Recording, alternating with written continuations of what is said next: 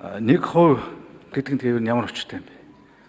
Ер нь 1% татвар гэж энэ дэлхий дээр одоо хаана байгаа? Энэгээр хэдэн төгрөг олох гэдэг. За тэгээд яагаад энэ дөрвөн салбарыг одоо ялгаж байгаа? Яаж байгаа? Энэ одоо доор төрөл төрөстэй төрийн албан дээр томилж байгаа. Тэгээд одоо төрөл төрөсдийн бизнес энэ дөрвөн салбар багтаад байгаа юм уу? Бус салбар нь ер нь яатсан юм бэ? Бүгдээрээ одоо ингээ өнгөлчөөл хэдийг алдах гэдэг. Ингээд нэг хэсгийг авчихлаарэ хэдийг авах гэдэг. Яг энэ бодтой тоогоо арт түмэндээ үнэн хэлээч. Үнэхээр тэр бизнес эрхлэгчтэй гинтхэн өнөөдөр ингэж хайртай болцсон бол үгүй яагаад тэгэл нэг мөсөнд тэгэлэлтэй. Угаасаа бид нар чинь малчтай татваргүй болгоно. Тэгээ жижиг бизнес эрхлэгчтэй татваргууд болгочих л та. Үгүй яагаад болохгүй байгаа? Ардсан намын бол за тэр улс төрийн шийдвэрийг одоо та нарын улс төр байсан л гэдэг байгаа. Гэхдээ тэр чинь зөв улс төрийн шийдвэр байсан байхгүй.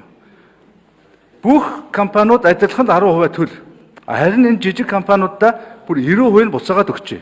Энэ төр компани гэдэг нь харилцаа үлдэнэ. Төр эргээд жижиг компаниудаа дэмжиж байгаа дэмжлэгийн хэлбэр.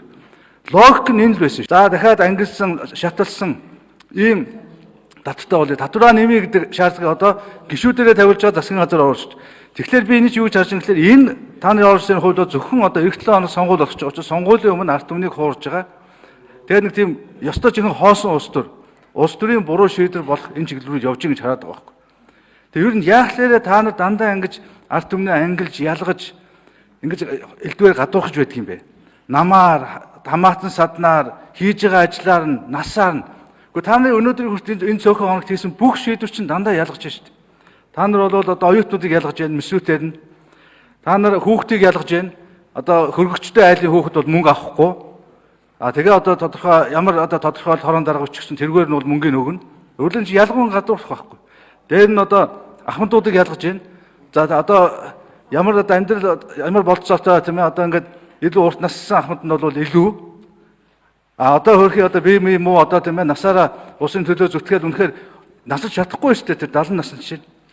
Манай аав яг 60-тайгаа ам алдчихсан. Үнэхээр насаараа 40 жил ажилласан чинь нэг шүдэр усаа төлөхөөр авж байгаагүй. Яг ийм хүмүүс бол олон байгаа байхгүй юу? Ерөөсө тэр хүмүүсийн утгаар ингэ ялгаа та нар бол одоо нийгмийн одоо гологдол. Ингэ дандаа ялгаад байгаа байхгүй юу? Цэцэрлэгийг хурж ялгац. За тэр улсын цэцэрлэг тэгээ хувийн цэцэрлэгүүдийг дэмжих юм шиг ба. Гэр цэцэрлэгийг та нар боль. Энэ бол одоо энэ гэр цэцэрлэгж явж байгаа энд одоо үнэхээр одоо манай тойр гэдэгт та нар яваад үзэлтэй. Үнэхээр хэдэн хүмүүс одоо хуруу хумсаа туугалж байгаад гэр орноо тогтчуулаад хөөхөн хэдэн гэр цэцэрлэг байгуулсан байхгүй юу? Одоо бүгдээрийн ялгаар та нар бол хүн биш. Та нар бол юм хийж байгаа чинь буруу. Та нараар очиж байгаа хүүхдүүд бол Монгол хүүхэд биш гэд ингэ ялгаж байгаа байхгүй юу? Гэхдээ та нар ерөөсөө намынхаа нэрийг өөрчилтөө. Ман гэдгийг монголчуудыг ангилдаг нам гэд нэрлэж. Эцсийн эцэст ерөөсөө ийм л нөхцөл авчиж шít. Үнэхээр байх суухын арга алга өдөр болгон тааны гаргаж байгаа шийдвэр монголчуудыг ангилж ийн, ялгаж ийн, дээрдгэж ийн. Дандаа хийж байгаа ажлуудыг монгол хүмүүсийн өөрсдийнх нь саналаар гаргасан энэ иргэдийн хүстэй гаргасан асуудлуудыг бүгдийг тэгэлж шít. Энэ чинь болж байгаа юм уу? Энийг эргэж хараач.